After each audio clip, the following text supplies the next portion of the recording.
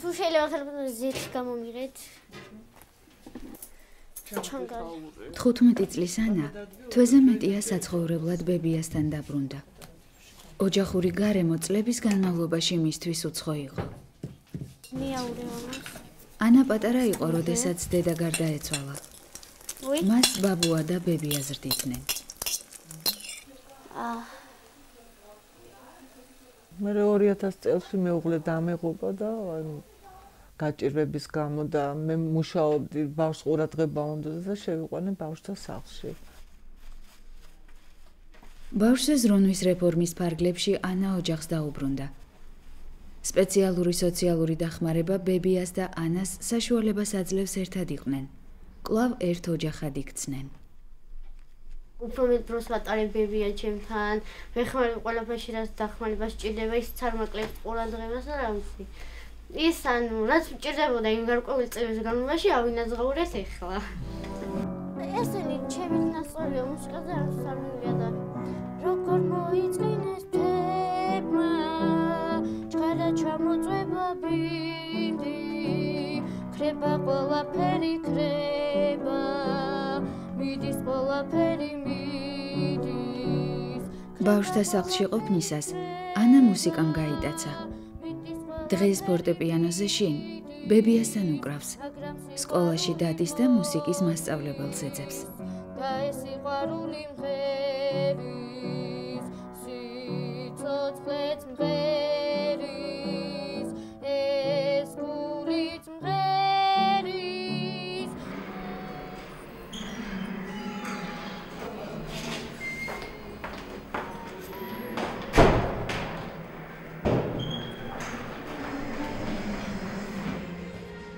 დერეფანში გოგონები ტელევიზორს უყურებენ. საბჭოთა კავშირის მემკვიდრეობა, მზრუნველობა მოკლებულ ბავშვთა სააღმზრდელო დაწესებულებები, სადაც ათასობით გოგო და ბიჭი ერთად იზრდებოდა, მალე საქართველოში აღარ იარსებებს. ბავშვზე ზრუნვის სისტემის რეფორმა 2005 წელს აქტიურ ფაზაში შევიდა და 2008 წელს სახელმწიფომ დიდი ზომის ბავშვთა სახლების დახურვა დაიწყო. რადგან აქ ბავშვები მზრუნველობასაც მოკლებულნი არიან და განვითარების ნაკლები შესაძლებლობაც აქვთ. 45 სააღმზრდელო დაწესებულებიდან ახლა მხოლოდ 9 ფუნქციონირებს. 2012 წლის ბოლოსთვის სახელმწიფო რეფორმის შედეგად ყველა ასეთი ბავშვთა სახლი დაიხურება. ის შთამომავლობა, რომელიც ჩვენ მივიღეთ სამწუხაროდ საბჭოთა პერიოდიდან, შედგებოდა საკმაოდ სავალალო მდგომარეობაში განადგურების პირას მყოფი ინსტიტუციური ტიპის ბავშვთა ზრუნვის სისტემიდან. ხშირ შემთხვევაში რამოდენიმე ასეულს აღწევდა რაოდენობა ამ ბავშვების ინსტიტუციებში. რეალურად ამ ბავშვებს უხდებოდათ ბრძოლა გადარჩენისათვის და ვერასოდეს ინსტიტუცია ვერ შეძლებს მისცეს ბავშვს ის ოჯახური გარემო, რომელიც არის ყველაზე მნიშვნელოვანი მისი აღზრდისათვის და მისი სწორი განვითარებისათვის. სწორედ ეს გახდა მთავარი პრიორიტეტი რეფორმის, რომ გაგვეძლიერებინა ოჯახები და შეგვექმნა ის პირობები, ის საბაზისო პირობები მაინც, როდესაც ბავშვი შეძლებდა დაბრუნებას თავის ბიოლოგიურ ოჯახში.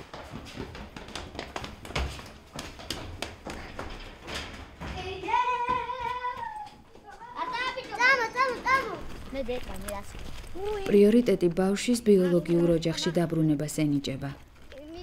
ასე მოხდა მეცხვარი შვილებთან, სადაც 7 ბავშვი იზრდება. რამდენიმე წლის წინ დედამ 6 შვილი სხვადასხვა ბავშვთა სახლში დატოვა. მიზეზი სიღარიბე იყო. რეფორმის ფარგლებში დღესდღეობით დედა ყოველთვიურ სოციალურ დახმარებას იღებს და ბავშვებს თავისთან ოჯახში ზრდის. დახმარება 2 წლიან რეინტეგრაციის შემწეობას ითვალისწინებს, რომელიც თითო ბავშვზე ყოველთვიურად 90 ლარსა და სამედიცინო დაზღვევას მოიცავს. ოჯახური გარემოს შესაქმნელად შემდეგი ალტერნატივა მინდობითი აღზრდაა. საქართველოში დღეს უკვე 700-მდე მიმღები ოჯახია, სადაც ბავშვთა სახლის ყოფილი ბინადრები იზრდებიან.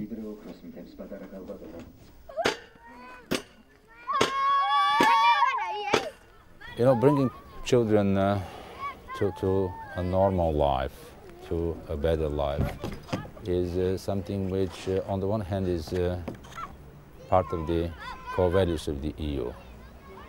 On the other hand, it is so needed for Georgia, which has these high ambitions and desires to be part of the family of European nations and accept these principles completely. So the help of the EU in this was crucial, because to give a push to this process at the right time was just necessary. მე ვფიქრობ, რომ ალბათ მინდობით აღსდაში განვათავსებ, არ ვიცი, მე უკვე როცა დავიწყებთ და როცა სტატუსი მიენჭება, ერთად განვიხილოთ რა უფრო სწორი. მეურვეობისა და მზრუნველობის საბჭო სახელმწიფო აპარატში იმ რგოლს წარმოადგენს, რომელიც მზრუნველობა მოკლებული თითოეული ბავშვის საქმეს განიხილავს. ეხა ამ შემთხვევაში იკვეთება, რომ ორივე ეს მომენტი სოციალურ მუშაკებთან საუბრისას გადაწყდება, რა ტიპის მზრუნველობა შეურჩიონ ბავშვს. მშობლებს დაუბრუნონ, მინდობით აღზრდაში განათავსონ, თუ მცირე საოჯახო ტიპის სახლში გადაიყვანონ. თითოეული ბავშვის პრობლემას ინდივიდუალური გადაწყვეტა სჭირდება. ყოველთვის მქონდა ეს ხინჯი, რომ მე არასდროს არ უნდოდა მას ამ ბავშვის დატოვება. არასდროს არ. ბოლო ალტერნატივა მცირე საოჯახო ტიპის სახლია, სადაც მხოლოდ 8 ან 10 ბავშვი ცხოვრობს ერთად, ერთ ოჯახში, აღმზრდელებთან ან დედობილ მამობილთან ერთად. ეს მცირე საოჯახო ტიპის სახლი კურდღელაურშია, თელავთან ახლოს. მსგავსი სახლები მთელს ქვეყანაშია, სულ 42.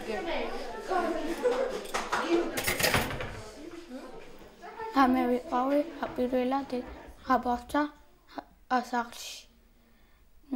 მე იქ ასოს მუშაკები რომ მოვიდნენ, ავკითხე აგინდა თუ და ჯერ მე და ჩემს მას არ ვიდოდა.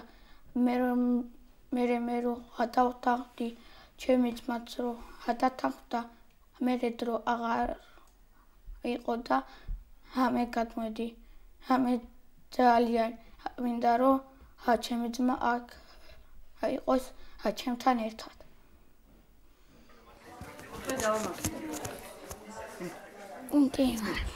ლაშა აქ 9 ბავშვთან ერთად ცხოვრობს და დიდ ოჯახურ გარემოში მარტივ სოციალურ ჩვევებს ითვისებს, რომელთა პრაქტიკა მანამდე მისთვის შეუძლებელი იყო.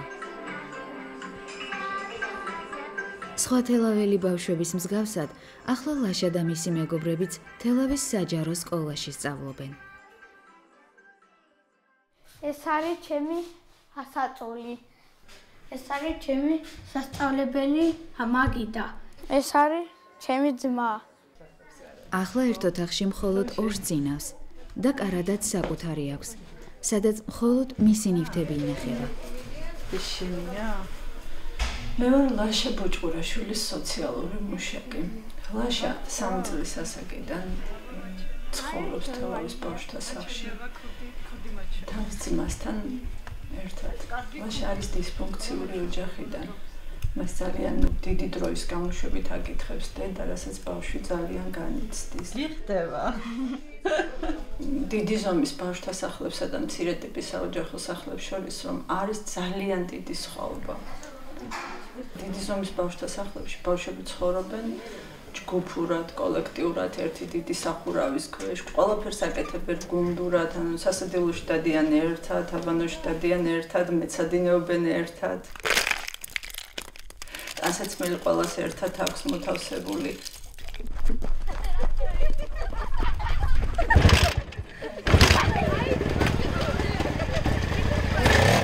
ეხლა ლაშა სულ სხვანაირია.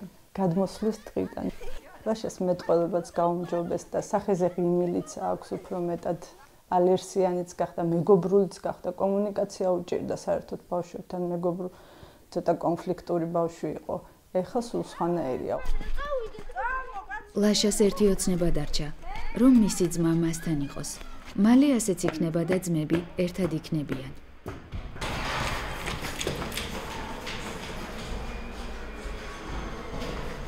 სადაიკარდი მაინც. ჩემი ძმა არის. ძმის სანახავად ლაშას ჯერ ისევ მოქმედ ბავშვთა სახლში მიმყავართ. აი ჩემი ძმა. ეს დიდი დაწესებულება ახალთან შედარებით ლაშას ეუცხოება. არა მარტო ლაშასთვის, მისი ბინადრებისთვისაც კი აქ ცივი და დამთრგუნველი გარემოა, სიმყუდროვეს მოკლებული.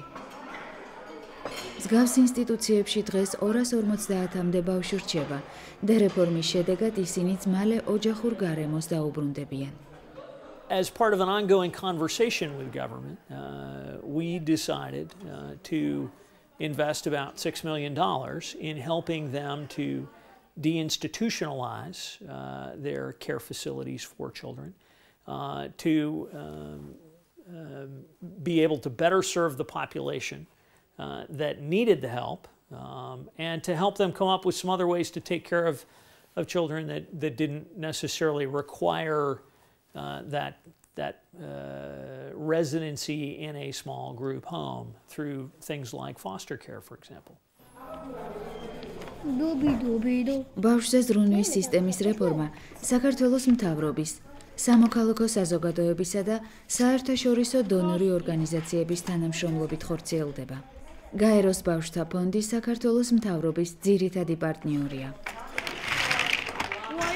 As we are closing now all those institutions and we are nearing that process, there is no time to relax, of course, because we need to prevent any future new children going into such institutions. So preventing future abandonment and also assisting those children who are now growing up in, for example, in small group homes, to empower them to grow up as meaningful citizens in society. What does that mean? It basically means making sure that those children go to school, get appropriate training, get the life skills to prepare for adulthood, but also from a government intervention side, making sure that the state social assistance assists every poor family so that no family has to abandon any child anymore. It basically means to expand the social assistance program so that every family can benefit from those services.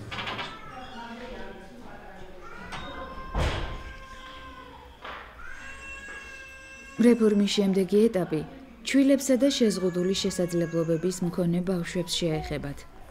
მათთვის ოჯახური გარემოს შესაქმნელად მუშაობა დაწყებულია. მანამდე კი ისინი ძველი ტიპის საცხოვრებლებში რჩებიან, სადაც მომვლელი საერთო ჰყავთ და სათამაშოც საერთო აქვთ. ძალიან მნიშვნელოვანია, რომ რეფორმამ მოიცვას ყველა ის ჯგუფი, რომელიც წარმოადგენს ზრუნველობა მოკლებულ ბავშვს დღეს საქართველოში. ეს შეეხება შეზღუდული შესაძლებლობის მქონე ბავშვებს, სადაც დაწყებულია დეინსტიტუციონალიზაციის პროცესი, მაგალითად აქტიურად მუშაობს მინდობითი აღზრდის კომპონენტი ამ მიმართულებით, თუმცა ჩვენ ვაპირებთ განვავითაროთ მცირე საოჯახო ტიპის სახლები ესეთი კატეგორიის ბავშვებისათვის. ჩვენ ძალიან მნიშვნელოვნად მიგვაჩნია ეგრეთ წოდებულ ქუჩის ბავშვების პრობლემატიკაზე მუშაობა, ვინაიდან ეს არის ყველაზე მოწყვლადი ჯგუფი ბავშვების ამ კატეგორიაში. ოჯახურმა გარემომ და ყოველდღიურმა სოციალურმა რუტინამ ბავშვები ზრდასრული ცხოვრებისთვის უკეთ უნდა შეამზადოს. სრულწლოვანი რომ გახდება, ლაშამ ეს საცხოვრებელი უნდა დატოვოს. საერთაშორისო პრაქტიკა აჩვენებს, რომ დიდი ზომის ინსტიტუციები ბავშვების ცხოვრებისთვის შემზადებას სათანადოდ ვერ უზრუნველყოფენ. ჩვენ გადავწყვიტეთ აი ამ სისტემაზე ასევე მიგვება ჯანმრთელობის დაცვის პოლისი, იმიტომ რომ ძალიან ბევრ ოჯახს პრობლემა შეექმნა სწორედ იქიდან გამომდინარე, რომ ოჯახის რომელიმე წევრი ან თუნდაც ბავშვი გახდა ავად და ოჯახმა ვერ შეძლო სათანადოდ ემკურნალა და ეპატრონა ასეთი ავადმყოფისთვის, მათ შორის ბავშვისთვის. ამიტომ რომ შევამციროთ ბავშვების გამოდინება ასეთი ოჯახებიდან, მნიშვნელოვანი არის, რომ ყველა მათგანს ჰქონდეს ჯანმრთელობის დაზღვევა და იმ შემთხვევაში თუ ბავშვს ექმნება პრობლემა, მშობელმა ეს სახელმწიფოს კი არ მიაბაროს, არამედ სახელმწიფომ პრევენციულად გასცეს ეს სერვისი სადაზღვევ პოლისის ამ ოჯახზე და შესაბამისად ბავშვი შევინარჩუნოთ საკუთარ ბიოლოგიურ ოჯახში. დღეს საქართველოში ბავშვთა 25% სიღარიბის ზღვარს მიღმა ცხოვრობს. სახელმწიფოს ამოცანა ახლა ახალი სისტემის დახვეწა და ოჯახების სოციალური მდგომარეობის გაუმჯობესებაა, რათა ბავშვი არ ტოვებდეს ოჯახს. და თუ ეს მაინც მოხდა, მაშინ ბავშვები ოჯახთან მაქსიმალურად მიახლოებულ გარემოში უნდა იზრდებოდნენ. Happy to die.